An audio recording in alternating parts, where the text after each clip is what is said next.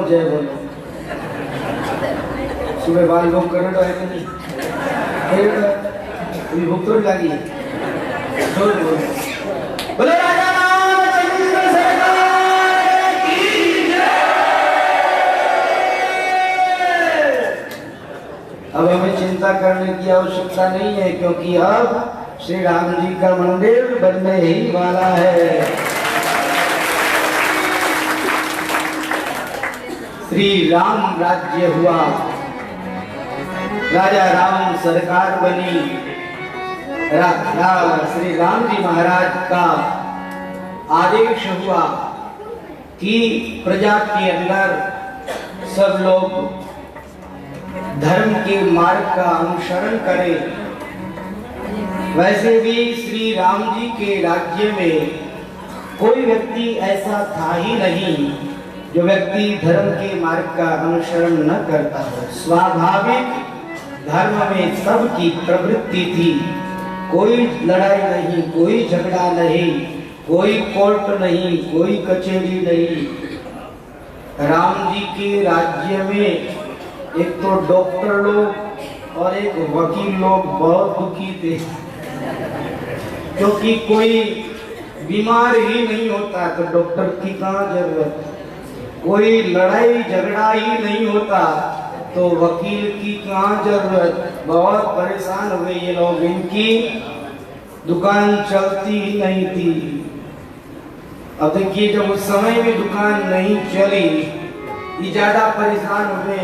मन ही मन राम जी से प्रार्थना करी तो राम जी ने इनकी ओर भी देखा, कहा कलयुग में तुम्हारी अच्छी दुकान चलेगी।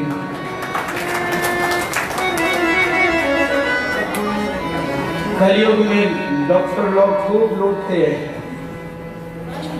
वकीलों की भी खूब अच्छी दुकान चलती है। श्री राम जी के राज्य के अंदर सारे लोग सुखी थे, सारे लोग धर्म का पालन करने वाले और अपने अपने मार्ग पर चलने वाले लोग थे। श्री हनुमान जी महाराज कहते हैं कि श्री राम जी के राज्य में सबको प्रसन्नता हुई, लेकिन मुझे तो सबसे ज्यादा प्रसन्नता हुई क्योंकि मुझे श्री राम जी के श्री चरणों में स्थान मिल गया। आहा, श्री राम जी के श्री चरण के पास मैं बैठा हूँ। श्री राम जी ने अपना दायां चरण मेरे पास में, मेरे हाथ में रख दिया है और मैं उनकी चरणों को दबा रहा हूँ। उस समय में माता सीता को संकोच होता है कि सबको सब कुछ मिल गया है, लेकिन हनुमान को अभी कुछ नहीं दिया है। श्री राम जी सीता जी के मन को समझ जाते हैं और श्री राम जी कहते हैं कि तुम जिसे कुछ देना चाहती हो तो निसंकोच होकर के दे दो। इसमें संकोच किस चीज का?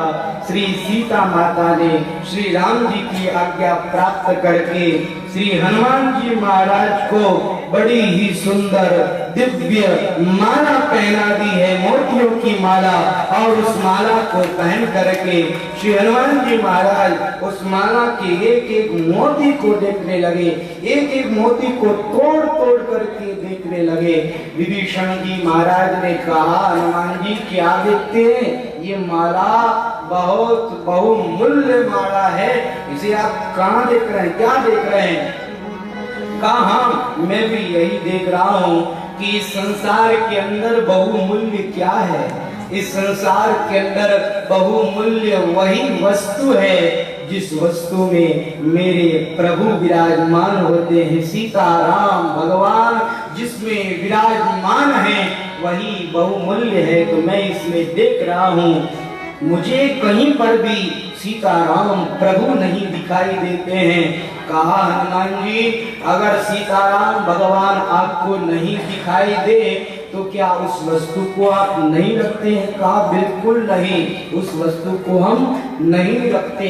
तो क्या आपके इस विशाल काय के अंदर सीताराम भगवान विराजमान हैं? हनुमान जी महाराज कहते हैं, विभीषण जी ने कोई व्यंग नहीं किया, उन्होंने स्वाभाविक रूप से मुझे पूछा और मुझे उसी समय में जोश आ गया, भरी सभा में मैंने अपनी छाती के अंदर नाखून डाल करके और अपनी छाती को चीर दिया, और जैसे ही छाती को मैंने चीरा उसमें से सीताराम प्रभु का दर्शन हुआ। आहा, सब लोगों ने पवन कुमार की जय जयकार की। बोलिए पवन पुत्र हनुमान की। सारे लोग श्री हनुमान जी महाराज की जय जयकार कर रहे हैं। आहा, हनुमान जी महाराज कहते हैं कि मुझे इस बात की खुशी थी कि मेरे हृदय में श्री सीताराम प्रभु विराजमान हैं, लेकिन सब लोग मेरी जय जयकार कर रहे हैं, ये मुझे अच्छा नहीं लग रहा है, मुझे संकोच हो रहा है। वास्तव में जो भगवान के भक्त होते हैं वो भगवान की जय जयकार चाहते हैं, वो कभी भी अपनी जय जयकार नहीं चाहते हैं। इसीलिए हमारे पूज्य महाराज श्री वसीयत के अंदर लिखते हैं कि कोई भी हमारी जय न बोले। पूज्य महाराज श्री की जय नहीं बोली जाती थी, जय बोलने के वो खिलाफ थे, कहते थे जय बोलनी है तो भगवान राम की बोलो। भक्तों की यही पहचान है, वो अपनी जय नहीं बुलवा करके भगवान की जय बुलवाते हैं। हनुमान जी महाराज कहते हैं मेरी जय क्या बोलते हो, श्री राम जी की जय बोलो। श्री हनुमान जी महाराज ने जोर से श्री राम जी का जय जयकार किया। बोलिए राजा रामचंद्र भगवान की।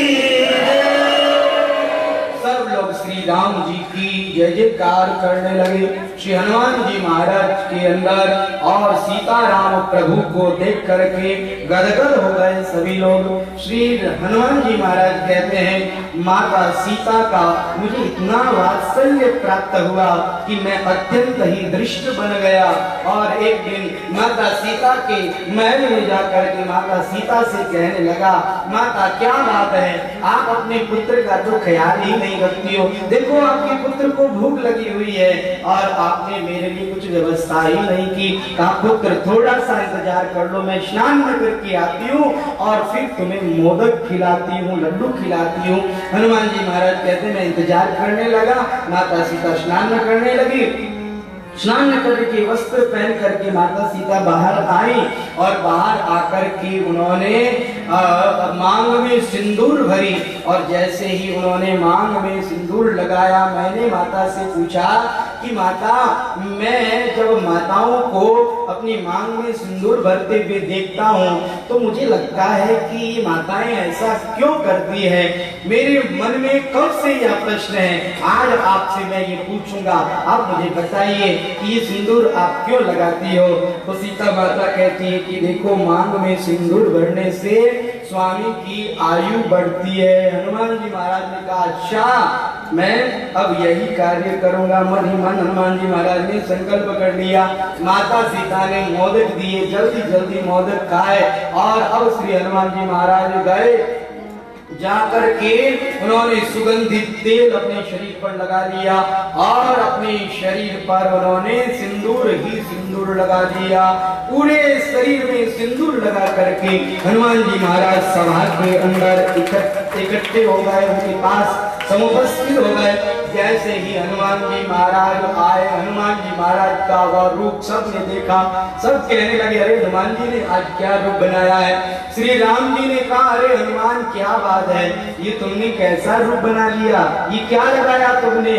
कहा देखो मेरी माता सीता कहती है कि मांग में सिंदूर भरने से स्वामी की आयु बढ़ती है। अब माता सीता तो इतना सा थोड़ा सा सिंदूर लगाती है, उससे तो आयु बढ़ेगी ही। तो मैंने सोचा कि मैं अपने पूरे शरीर में ही सिंदूर लगा लेता हूँ, मेरे स्वामी की आयु हजारों वर्षों की हो जाए। इस मंगल कामना के साथ में मैंने अपने सारे शरीर में सिंदूर ही सिंदूर लगा लिया है। श्री राम जी मुस्कुराने लगे और कहने लगे वाह हनुमान, धन्य है तुम्हारी ये भक्ति और धन्य है तुम्हारा ये भोलापन, ये सीधा साधापन। हे हनुमान आज मैं तुम्हें यह आशीर्वाद देता हूँ, आज मंगलवार का दिन है, आज मैं तुम्हें यह आशीर्वाद देता हूँ कि जो भी तुम्हें तेल और सिंदूर चढ़ाएगा वह तुम्हारी प्रीति का पात्र बनेगा, वह अपने मनोरथ को पूर्ण पाएगा। इसलिए मैं तुम्हें यह आशीर्वाद देता हूँ, जो भी तुम्हारी पूजा करेगा उन्हें भक्ति प्राप्त होगी। श्री राम जी ने ऐसा आशीर्वाद दिया। श्री हनुमान जी महाराज कहते हैं कि एक बार की बात, मैं सरयू नदी में स्नान करके वापस आ रहा था। शत्रुघ्न कुमार ने मुझे रोक लिया और कहा, हनुमान जी अब आप जरा ये लिस्ट देख लीजिए। इस लिस्ट के अंदर श्री राम जी की सेवाओं का बंटवारा हो गया है। मैंने वह लिस्ट देखी तो उस लिस्ट में श्री राम जी की सेवाओं के बारे में लिखा हुआ है। इस सेवा को ये करेंगे, उस सेवा को वो करेंगे। सबकी लिस्ट बनाई हुई है, सबके नाम लिखे हुए हैं, लेकिन हनुमान का तो उसमें नामो निशान ही नहीं है। मैं जरा उदास हो गया और अपने स्वामी के पास जाकर के उनके श्री चरणों में प्रणाम निवेदित किया और मैंने कहा कि भगवान, आपकी सेवाओं को आपस में बांट लिया गया है। मैंने वह लिस्ट भी पढ़ ली है, उस लिस्ट पर आपकी मोहर भी लगी हुई है, आपने अनुमति भी दे दी है। हे प्रभु, अब मुझे भी एक सेवा के लिए अनुमति दीजिए। उन्होंने भी एक पत्र बनाया, उस पर उन्होंने अपनी सेवा लिखी। श्री हनुमान जी महाराज ने कहा कि इसमें सारी सेवाएं लिखी हुई है, लेकिन ये सेवा नहीं लिखी है कि श्री राम जी को जब जमाई आएगी, उबासी आएगी, उस समय में चुटकी कौन बजाएगा, ये सेवा मेरी होनी चाहिए। लगाओ राम जी इस पर मोहर। श्री राम जी ने उस पर भी मोहर लगा दी और हनुमान जी महाराज को अब वह सेवा मिल गई। अब हनुमान जी महाराज कहते हैं कि देखो, यह जो सेवा है, इस सेवा का कोई समय भी निश्चित नहीं होता है, कब जमाई आ जाए कुछ पता नहीं है। इसलिए आज से, अभी से मैं कहीं नहीं जाऊंगा, 24 घंटे श्री राम जी के सामने ही बैठा रहूंगा और जब भी श्री राम जी को जमाई आएगी, मैं चुटकी बजा करके श्री राम जी की सेवा करूंगा। सुबह से शाम हो गई, अब तो माता सीता को हनुमान जी की सेवा में लगना पड़ा। हनुमान जी महाराज को भोजन कराना पड़ा, वहीं जल ला करके देना पड़ा, क्योंकि हनुमान जी ने कहा मैं बाहर चला जाऊं, पीछे से राम जी को उबासी आ जाए तो चुटकी कौन बजाएगा। अब रात्रि का प्रथम प्रहर चालू हो गया है। हनुमान जी महाराज श्री राम प्रभु के सामने बैठे हैं। श्री राम जी का अंतःपुर में जाने का समय आया। श्री राम जी सीता मैया के साथ में अंतःपुर में पधारने लगे। दासी ने हनुमान जी को रोक दिया, आप भीतर नहीं जा सकते। हनुमान जी ने कहा मुझे सेवा प्राप्त है, मैं सेवा करूंगा श्री राम जी की, मैं भी भीतर जाऊंगा। सीता मैया ने कहा हनुमान ऐसे नहीं करते, बचपना नहीं करना। देखो तुम भीतर आओगे, मुझे भी संकोच होगा, तुम्हारे नाम प्रभु को भी संकोच होगा, इसलिए तुम चले जाओ, अब मैं तुम्हारी सेवा मैं कर लूंगी। लेकिन हनुमान जी महाराज को संतुष्टि नहीं। हनुमान जी महाराज ने कहा माता सीता की आज्ञा हो गई है, भीतर तो नहीं जाऊंगा, लेकिन मैं नींद भी नहीं लूंगा, क्योंकि रात्रि में कब श्री राम जी को उबासी आ जाए, मैं अपनी सेवा में त्रुटि नहीं कर सकता। श्री हनुमान जी महाराज अब बैठ गए हैं एक छाजे के ऊपर और छाजे के ऊपर बैठ करके श्री राम जय राम जय जय राम, श्री राम जय राम जय जय राम, श्री राम जय राम जय जय राम, श्री राम जय राम जय जय राम, श्री राम जय राम जय जय राम, श्री राम जय राम जय जय राम, श्री राम जय राम जय जय राम, श्री राम जय राम जय जय राम, श्री राम जय राम जय जय राम, श्री राम जय राम जय जय राम, श्री राम जय राम जय जय राम, श्री राम जय राम जय जय राम, श्री राम जय राम जय जय राम, श्री राम जय राम जय जय राम, श्री राम जय राम जय जय राम। श्री हनुमान जी महाराज श्री राम जय राम की ध्वनि कर रहे हैं, चुटकियां बजा रहे हैं। हनुमान जी महाराज ने चुटकी बजाने आरंभ करी तो श्री राम जी को जमाई आनी आरंभ हो गई। श्री राम जी का मुख खुला कि खुला ही रह गया। सीता माता डर गई, घबरा गई।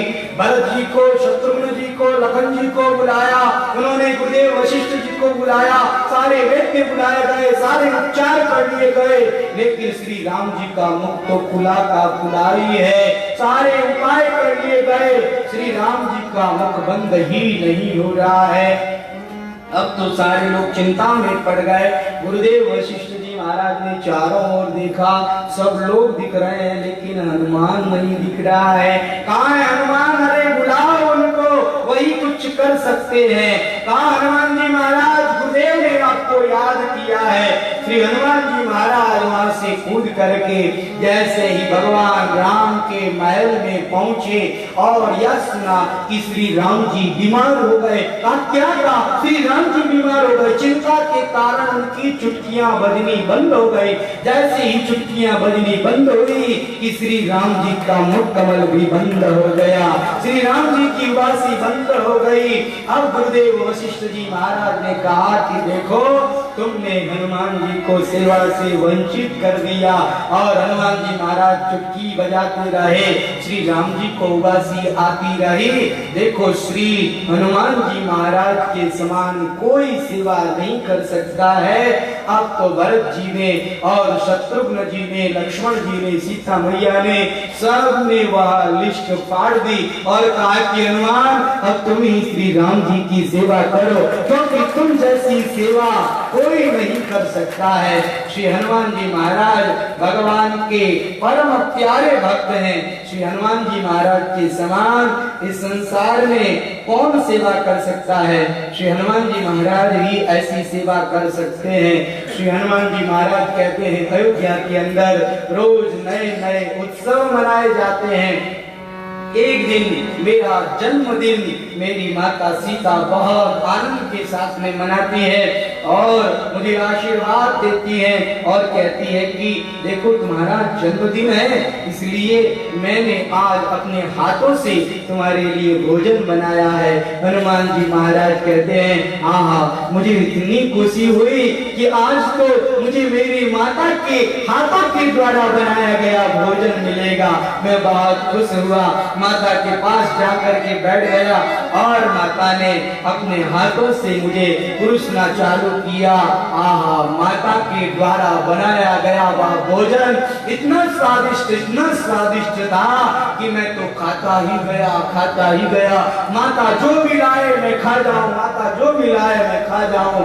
किसी को भी मैंने वहां पर बाकी नहीं छोड़ा, जो भी मिला खा गया। अब तो मेरी माता सीता चिंता में पड़ गई, आज हनुमान को हो क्या गया है? जो भी आए खा रहा है, हो क्या गया है? श्री राम जी ने तुरंत श्री हनुमान जी महाराज के पीछे मस्तक पर उन्होंने अपनी अनामिका अंगुली के द्वारा ओम नमः शिवाय मंत्र लिखा। जैसे ही ओम नमः शिवाय मंत्र लिखा, तब श्री हनुमान जी महाराज को तृप्ति हुई। श्री हनुमान जी महाराज कहते हैं कि मुझे तब पता लगा कि मैं शिवांश हूँ, शंकर भगवान का अंश हूँ, इसलिए शंकर भगवान के नाम के द्वारा मुझे तृप्ति का अनुभव